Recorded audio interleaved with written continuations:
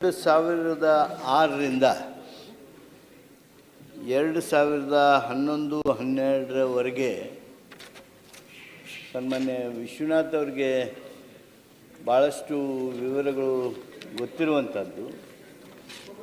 ಕರ್ನಾಟಕ ಭಾಳ ದೊಡ್ಡದಾಗಿರ್ತಕ್ಕಂಥ ಅಕ್ರಮ ವ್ಯವಹಾರಗಳನ್ನು ಗಮನಿಸ್ತು.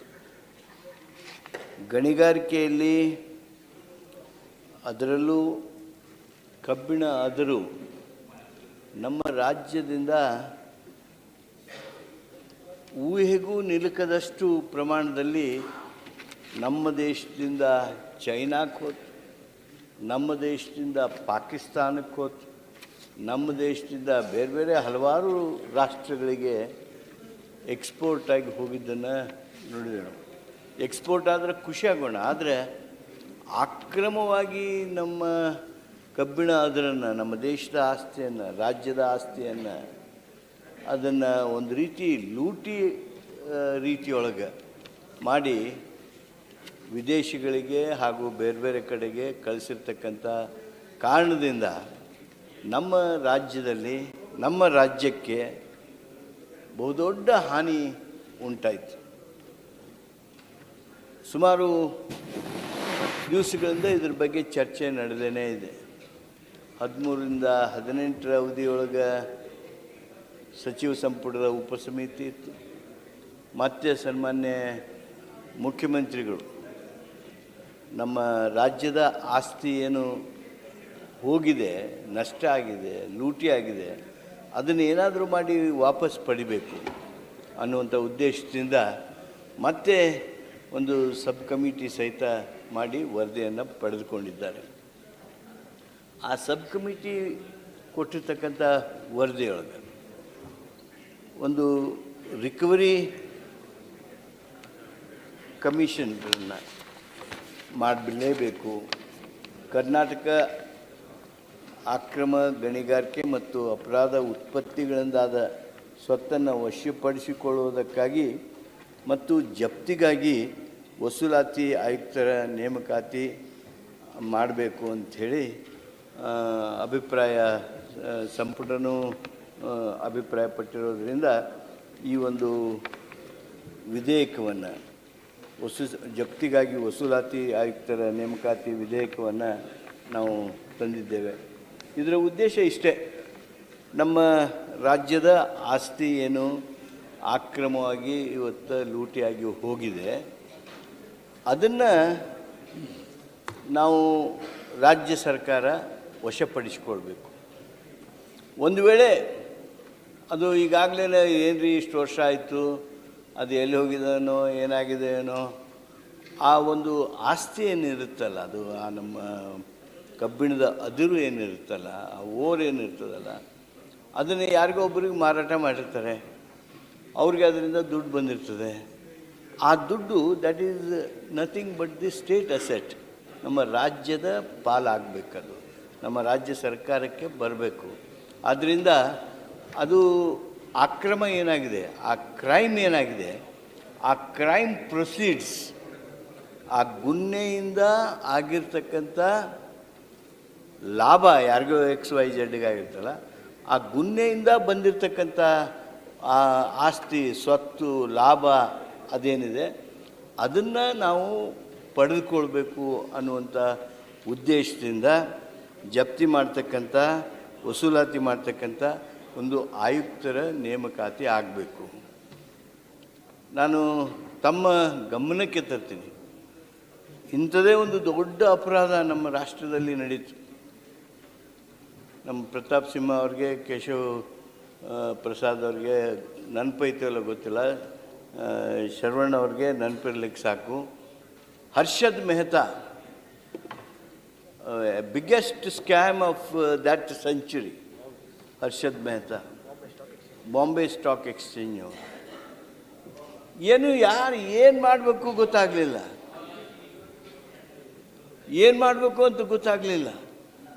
ನಂತರ ಕೇಂದ್ರ ಸರ್ಕಾರ ಬಹಳಷ್ಟು ಸಮಯದ ನಂತರ ಒಂದು ಕಮಿಷನ್ ಅಲ್ಲ, ಆಫೀಸ್ ಆಫ್ ಕಸ್ಟೋಡಿಯನ್ ಅಂಥೇಳಿ ನೇಮಣಿಕೆ ಮಾಡಿದರು. Office of custodian in that Harsh Mehta case came into existence because of central act. ಒಂದು ಸಪ್ರೇಟ್ ಸೆಂಟ್ರಲ್ ಆ್ಯಕ್ಟ್ ಮಾಡಿ ಕಮಿಷನನ್ನು ಮಾಡಿದರು. ಆಗ ಆಫೀಸ್ ಆಫ್ ಕಸ್ಟೋಡಿಯನನ್ನು ಮಾಡಿದರು. ಅದರ ಪರಿಣಾಮವಾಗಿ ಸುಮಾರು 1,000 ಕೋಟಿ ರೂಪಾಯಿಗಳನ್ನು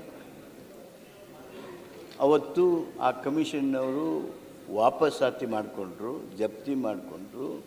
ಆ ಬ್ಯಾಂಕ್ಗಳಲ್ಲಿ ಅಕೌಂಟ್ಸನ್ನು ಸೀಸ್ ಮಾಡಿದರು. ಹಾಗಾಗಿ ಸುಮಾರು 7,000 ಕೋಟಿ ರೂಪಾಯಿಯನ್ನು ವಸೂಲಿ ಮಾಡೋದಕ್ಕೆ ಸಾಧ್ಯ ಆಯಿತು. ಅವತ್ತು ಅದು 15-20 ಸಾವಿರ ಕೋಟಿ ಇರಬೇಕದು ಹರ್ಷದ್ ಮೆಹ್ತನ್ ಅವತ್ತಿನ ಪ್ರಕರಣ ಇರಲಿ. ನಮ್ಮ ರಾಜ್ಯದೊಳಗೆ ಈ ಕಬ್ಬಿಣದ ಅದ್ರ ಮೂಲಕ ಏನು 2006ರಿಂದ 11-12ರಲ್ಲಿ ಮಾನ್ಯ ಸಂತೋಷ್ ಹೆಗ್ಡೆಯವರು ಒಂದು ದೊಡ್ಡ ರಿಪೋರ್ಟನ್ನು ಕೊಟ್ಟರು. ಅವರು ರಿಪೋರ್ಟ್ ಕೊಟ್ಟಿರ್ತಕ್ಕಂಥದ್ರಲ್ಲಿ 2.48 ಕೋಟಿನೋ 2.98 ಕೋಟಿ ಅಕ್ರಮ ಅದಿರು ವರ್ಗಾವಣೆ ಸಾರಿಗೆ ಆಗಿದೆ, ಎಕ್ಸ್ಪೋರ್ಟ್ ಆಗಿದೆ ಹಾಗೆ ಅಂಥೇಳಿ ಅದಕ್ಕೆ ಅವರು ಅದರ ಬೆಲೆಯನ್ನು ಸಹಿತ ಕಟ್ಟಿದರು. ಅವತ್ತಿನ ಸಂದರ್ಭದಲ್ಲಿ ಅದು ಸುಮಾರು 12,000 ಕೋಟಿ ರೂಪಾಯಿ ಆಗಿತ್ತು. ಆದರೆ ತದನಂತರದೊಳಗೆ ಅವರ ವರದಿ ನಂತರ ಅಥವಾ ಅವರ ವರದಿ ಯಾವ ವ್ಯಾಪ್ತಿಯೊಳಗೆ ಅದನ್ನ ಎಕ್ಸಾಮಿನ್ ಮಾಡೋಕ್ಕಾಗಿದ್ದಿಲ್ಲ, ವೆರಿಫೈ ಮಾಡೋಕ್ಕಾಗಿದ್ದಿಲ್ಲ, ಅದನ್ನೆಲ್ಲ ನೋಡಿ ನಂತರದ ಅವಧಿಯಲ್ಲಿ ನಡೆದಿರ್ತಕ್ಕಂಥ ತನಿಖೆ ಹಾಗೂ ನಮ್ಮ ಸಬ್ ಕಮಿಟಿಯಲ್ಲಿ ಬಂದಿರತಕ್ಕಂಥ ಎಲ್ಲ ವಿವರ ಎಲ್ಲ ಹಿನ್ನೆಲೆಯೊಳಗೆ ಸುಮಾರು 20 ಕೋಟಿ metric ton illegal mined ore has got transferred. It might have gone out of the state, it might have gone out of the country. ಇದರದ್ದು ಬೆಲೆ ಬಹುದೊಡ್ಡ ಬೆಲೆ ಆಗುತ್ತೆ. ಈ ನಷ್ಟ ಏನಿದೆಯಲ್ಲ ಸುಮಾರು 80,000 ಕೋಟಿ ರೂಪಾಯಿಯಷ್ಟು ನಷ್ಟ ಏನು ರಾಜ್ಯಕ್ಕಾಗಿದೆಯಲ್ಲ ಅದನ್ನು ವಸೂಲಾತಿ ಮಾಡೋದ್ರ ಸಲುವಾಗಿ. ಸರ್ ಒಂದ್ಸರಿ ರಿಪೀಟ್ ಮಾಡಿ ಸರ್, ಎಷ್ಟು ಲಾಸ್ ಆಗಿದೆ? 20 ಕೋಟಿ ಮೆಟ್ರಿಕ್ ಟನ್. ನೀವೇ ಲೆಕ್ಕ ಹಾಕ್ರಿ. ಸಂತೋಷ್ ಹೆಗ್ಡೆಯವರು ಎಕ್ಸ್ಪೋರ್ಟ್ ಆಗಿದ್ದು ಆ ಟೈಮ್ನೊಳಗೆ 401 ರೂಪಾಯಿನೋ 403 ರೂಪಾಯಿನೋ ಹಿಡ್ಕೊಂಡಿದ್ದು. 4,003 ರೂಪಾಯಿ ಅಂತೆ. ನಾನು ನಿಮ್ಗೆ ಅದರದ್ದು ಇದನ್ನು ಕೊಡ್ತೇನೆ. ಸಂತೋಷ್ ಹೆಗ್ಡೆ ಏನು ಫಿಗರ್ ಹಿಡ್ಕೊಂಡಿದ್ರು.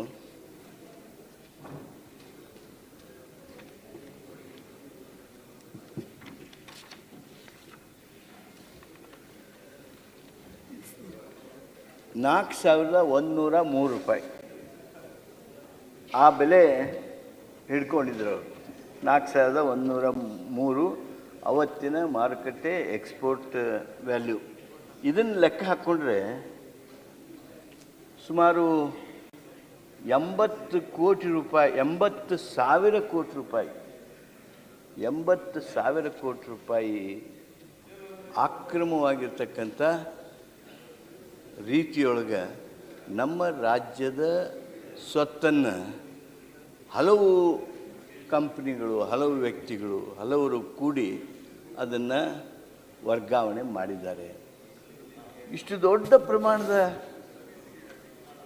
ತೊಂದರೆ ರಾಜ್ಯಕ್ಕೆ ಆದಾಗ ಇದನ್ನು ವಸೂಲಾತಿ ಮಾಡೋದಕ್ಕೆ ಏನು ಮಾಡಬೇಕು ಅಂಥೇಳಿ ಈಗಾಗಲೇ ಸಚಿವ ಸಂಪುಟ ಗಂಭೀರವಾಗಿ ಚರ್ಚೆ ಮಾಡಿ, ಸಚಿವ ಸಂಪುಟದ ಉಪಸಮಿತಿ ಗಂಭೀರವಾಗಿ ಚರ್ಚೆ ಮಾಡಿ ಈ ರೀತಿಯಾಗಿರ್ತಕ್ಕಂಥ ಆಯುಕ್ತರ ನೇಮಕಾತಿಯನ್ನು ಮಾಡಲೇಬೇಕಾಗುತ್ತೆ. ಆ ರಿಕವರಿ ಕಮಿಷನರ್ನ ನೇಮಣಿಕೆ ಮಾಡುವಂಥ ಕೆಲಸ ಮಾಡಿದರೆ ಆ ಒಂದು ಇನ್ಸ್ಟಿಟ್ಯೂಷನ್ ವಿಲ್ ಸ್ಟಾರ್ಟ್ ರಿಕವರಿಂಗ್. ಈಗ ನಾನು ನಮ್ಮ ರಾಜ್ಯದ ಉದಾಹರಣೆ ಹೇಳೋದಾದರೆ IMAದೊಳಗೆ ನಾವು ಒಂದು ಕಮಿಷನರ್ನ ಅಪಾಯಿಂಟ್ ಮಾಡಿದ್ವಿ. They were able to collect or mobilize or recover thousands of crores. ಸುಮಾರು 600-800 ಕೋಟಿ ರೂಪಾಯಿನ ವಾಪಸ್ಸು ಕೊಟ್ಬಿಟ್ರಿ ಈಗ ಜನರಿಗೆ. ಯಾರಿಗೆ ಮೋಸ ಆಗಿ ಹೋಗಿತ್ತೋ ಅದನ್ನು ತೆಗೆದುಕೊಂಡು ನಮ್ಮ ಅಧಿಕಾರಿಗಳು ಅದನ್ನ ಈಗಾಗಲೇ ವಾಪಸ್ಸು ಮಾಡಿದರು. ಹಾಗೆ ಈ ರಿಕವರಿ ಕಮಿಷನರ್ ನೇಮಣಿಕೆ ಮಾಡುವಂಥ ಪದ್ಧತಿ ಏನಿದೆ ಇದೊಂದು ಅನಿವಾರ್ಯ ಪದ್ಧತಿ. ಇದಕ್ಕೆ ಸಾಕಷ್ಟು ಸದ್ಯದ ಕಾನೂನಿನೊಳಗೆ ಅವಕಾಶ ಇತ್ತಂದ್ರೂ ಲೂಸ್ ಎಂಡ್ಸ್ ಭಾಳ ಇತ್ತು. ಕೇಂದ್ರ ಸರ್ಕಾರದವ್ರಿಗೆ ಈ ರೀತಿ ಮಾಡ್ಬೋದಾಗಿತ್ತು, ಅಥವಾ ನಾವು ಎಕ್ಸಿಕ್ಯೂಟಿವ್ ಆರ್ಡರ್ನಲ್ಲಿ ಮಾಡಬಹುದು. ಆದರೆ ಏನು ಈ ಪ್ರಕರಣಗಳಲ್ಲಿ ಭಾಳ ದೊಡ್ಡ ದೊಡ್ಡ ಜನ ಇದ್ದಾರೆ, ಕಂಪ್ನಿಗಳಿದೆ, ವೆಲ್ದಿ ಕಂಪ್ನೀಸ್ ಏನಿವೆ, ಇವರು ಇರ್ತಕ್ಕಂಥ ಏನು ಹಲವಾರು weapons like going and bringing stay this that et cetera, ಇವೆಲ್ಲವುಗಳನ್ನು ಹೇಗೆ ಸರಿದೂಗಿಸ್ಬೋದು, ಸ್ಪಷ್ಟವಾಗಿರ್ತಕ್ಕಂಥ ನಿರ್ದಿಷ್ಟವಾಗಿರ್ತಕ್ಕಂಥ ಉದ್ದೇಶದಿಂದ ನಾವು ಯಾವ ರೀತಿಯಾಗಿರ್ತಕ್ಕಂಥ ವಸೂಲಾತಿ ಪರಿಣಾಮಕಾರಿ ಕ್ರಮ ತೆಗೆದುಕೊಳ್ಬೋದು ಅನ್ನುವಂಥ ದೃಷ್ಟಿಯಿಂದ ತಂಗಡಿಗೆ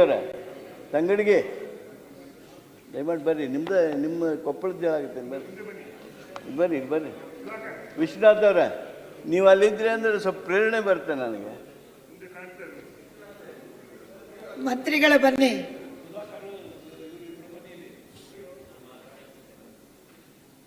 ಸುಧಾಕರ್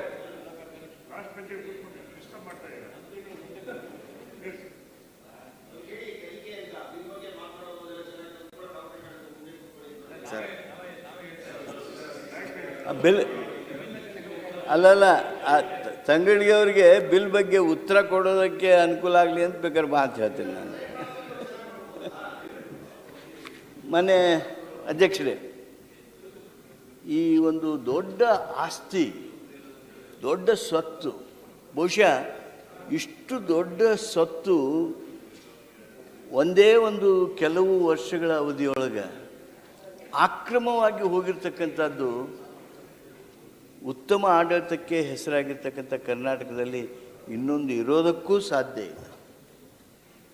ನೀವು ಅವಾಗ ಗಮನಿಸ್ತಾ ಇದ್ರಿ, ಈ ಗವರ್ನರ್ ಗಾಡಿ ಹೋಗ್ತಿದ್ರು ಸಹಿತ ಇಲ್ಲಿಗಲ್ ಮೈಂಡ್ ಓವರ್ ತಗೊಂಡು ಟ್ರಕ್ಗಳು ಆ ಗವರ್ನರ್ ಗಾಡಿ ಸಹಿತ ಸೈಡ್ ಹೊಡ್ಕೊಂಡು ಹೋಗ್ತಿದ್ರು. ಆ ರೀತಿಯ ವ್ಯವಸ್ಥೆ ನಮ್ಮ ರಾಜ್ಯದೊಳಗೆ ಆ ಸಂದರ್ಭದಲ್ಲಿ ಸೃಷ್ಟಿಯಾಗಿತ್ತು. ಆ ಕಾರಣಕ್ಕೇ ಇಷ್ಟು ದೊಡ್ಡ ಪ್ರಮಾಣದ ಸುಮಾರು 80,000 ಕೋಟಿ ರೂಪಾಯಿಯ ಆಕ್ರಮ ಅದಿರು ನಮ್ಮ ರಾಜ್ಯದ ಸ್ವತ್ತು ಇದು ಬೇರೆಯವರ ಪಾಲಾಗಿದೆ. ಏನು ಈ ಬೇರೆಯವರ ಪಾಲಾಗಿದ್ದಿದೆ ಅದು ಇವತ್ತು ಅದಿರಾಗೆ ಉಳಿದಿರಲಿಕ್ಕಿಲ್ಲ. It may not be in the form of ore. It might have already converted, it might have gone to other states, other countries, wherever it is. ಅದು ಎಲ್ಲೋ ಒಂದು ರೂಪದಲ್ಲಿ ಹೋಗಿದೆ. ಆ ಒಂದು ಸ್ವತ್ತನ್ನು, ಆ ಒಂದು ಆಸ್ತಿಯನ್ನು, ಆ ಒಂದು ವಸ್ತುವನ್ನು ವಸೂಲಾತಿ ಮಾಡೋದಕ್ಕೆ ಈ ಒಂದು ರಿಕವರಿ ಕಮಿಷನನ್ನು ಮಾಡಲಾಗ್ತದೆ. ಇದೊಂದು ಐತಿಹಾಸಿಕವಾಗಿರ್ತಕ್ಕಂಥ ಪ್ರಯತ್ನ. ಈ ಪ್ರಯತ್ನದ ಮೂಲಕ ರಾಜ್ಯದ ನಷ್ಟವಾಗಿರ್ತಕ್ಕಂಥ ಆಸ್ತಿಯನ್ನು ವಾಪಸ್ ಪಡೆದುಕೊಳ್ಬೇಕಾದದ್ದು ನಮ್ಮೆಲ್ಲರದು ಕರ್ತವ್ಯನೂ ಹೌದು. ಇದಕ್ಕೆ ಸ್ಪಷ್ಟವಾಗಿರ್ತಕ್ಕಂಥ ರಾಜಕೀಯ ಇಚ್ಛಾಶಕ್ತಿ ಅವಶ್ಯಕತೆ ಎಲ್ಲರಿಂದಲೂ ಇದೆ. ಈ ಸದನದ ಮೇಲೆ ವಿಶೇಷವಾಗಿರ್ತಕ್ಕಂಥ ಹೊಣೆಗಾರಿಕೆಯೂ ಇದೆ. ರಾಜ್ಯದ ಆಸ್ತಿ ವಾಪಸ್ ಪಡೆಯುವಂಥ ಈ ಒಂದು ಮಹತ್ವದ ಬಿಲ್ಲನ್ನು ತಾವು ಮಂಜೂರಿ ಮಾಡಿಕೊಡಬೇಕು, ಬೆಂಬಲಿಸಬೇಕು, ಹಾಗೂ ತಮ್ಮ ರಾಜಕೀಯ ಇಚ್ಛಾಶಕ್ತಿಗಳನ್ನು ತೋರಿಸಬೇಕು ಅಂತೇಳಿ ತಮ್ಮಲ್ಲಿ ವಿನಂತಿ ಮಾಡಿ ನನ್ನ ಮಾತನ್ನು ಮುಗಿಸ್ತೀನಿ. ಸಭಾಪತಿಗಳೇ, ಸನ್ಮಾನ್ಯ ಗಣಿ ಮತ್ತು ಭೂ ವಿಜ್ಞಾನ ಮಂತ್ರಿಗಳು, ನಾನು ಪ್ರಾರಂಭಿಕವಾಗಿಯೇ ಪ್ರಸ್ತಾಪ ಮಾಡಬೇಕಾಗಿತ್ತು. ನಮ್ಮ ಸುಪ್ರೀಂ ಕೋರ್ಟ್ನವರು 16/9/2013 ನಿಮ್ಮ ಮಾಹಿತಿಗಾಗಿ ಹೇಳ್ತಾ ಇದ್ದೀನಿ, 16/9/2013 in an interlocutory application number 189 of writ petition 562 of 2009, they have permitted CBI to refer the matter with respect to exporters who had exported less than 5,000 metric tons and were not inquired into the preliminary inquiry, and also has permitted CBI to refer the cases of exporters who had exported less than 50,000 metric tons or without valid permit to refer to the government of state. ಅಂದರೆ ಆ ಸಂದರ್ಭದಲ್ಲಿ 50,000 ಕೋಟಿ 50,000ಕ್ಕೆ ಹೆಚ್ಚಿರ್ತಕ್ಕಂಥ ಹೆಚ್ಚು metric ton ಇರ್ತಕ್ಕಂಥ ಪ್ರಕರಣಗಳನ್ನು CBIದವರು enquiry ಮಾಡಬೇಕು. ಅದಕ್ಕಿಂತ ಕಡಿಮೆ ಇರ್ತಕ್ಕಂಥದ್ದನ್ನು ಕರ್ನಾಟಕ ಸರ್ಕಾರ ಮಾಡಬೇಕು ಅನ್ನುವಂಥದ್ದನ್ನು ಹೇಳಿದರು. ಅದ್ರ ಜೊತೆಗೇ ಈ ಎಲ್ಲ ಅವತ್ತಿನ ಆದೇಶಗಳಾಗಿವೆ. ಆದೇಶಗಳ ಹಿನ್ನೆಲೆಯೊಳಗೆ ಇವತ್ತು ಈ ಸಂದರ್ಭದಲ್ಲಿ CI 282 MMM 211 dated 22/11/2013, CI 282 MMM 2011 dated 6/6/2017, CI 282 MMM ದಿನಾಂಕ 21/3/2018, CI 18 MMM 2019 22/11/24. ಈ ಸಂದರ್ಭದಲ್ಲಿ ವಿಶೇಷ ತನಿಖಾ ತಂಡಕ್ಕೆ ಆದೇಶ ಹೊರಡಿಸಿ ಇವನ್ನ ಎನ್ಕ್ವೈರಿ ಮಾಡಿ ಅಂತ ಹೇಳಿದರು. ಇವೆಲ್ಲ ಏನು ಈ ಒಂದು ಆದೇಶಗಳಲ್ಲಿ ಯಾವ್ಯಾವ ಉದ್ಯಮಿಗಳು ಬರ್ತಾವೆ, ಯಾವ್ಯಾವ ವ್ಯಕ್ತಿಗಳು ಬರ್ತಾವೆ, ಯಾವ ಫರ್ಮ್ಗಳು ಬರ್ತಾವೆ, ಅವರು ಎಲ್ಲರ ಮೇಲೂ ಸಹಿತ ಈ ಒಂದು ವಸೂಲಾತಿ ಕಮಿಷನರ್, ರಿಕವರಿ ಕಮಿಷನರ್ ಕ್ರಮ ತೆಗೆದುಕೊಳ್ಳೋದಕ್ಕೆ ಅವಕಾಶ ಇದೆ ಅನ್ನೋದನ್ನು ಸಹಿತ ನಾನು ಇಲ್ಲಿ ಸ್ಪಷ್ಟಗೊಳಿಸ್ತೀನಿ. ಅದರ ಜೊತೆಗೇ ಮುಂದೆ ಆಗ್ಬೋದಾಗಿರ್ತಕ್ಕಂಥ ಯಾವುದಾದ್ರೂ ಗುನ್ನೆಗಳಾದರೆ ಅವುಗಳನ್ನು ಸಹಿತ ಇದರ ವ್ಯಾಪ್ತಿಯಲ್ಲಿ ತರೋದಕ್ಕೆ ಅವಕಾಶ ಆಗ್ತದೆ.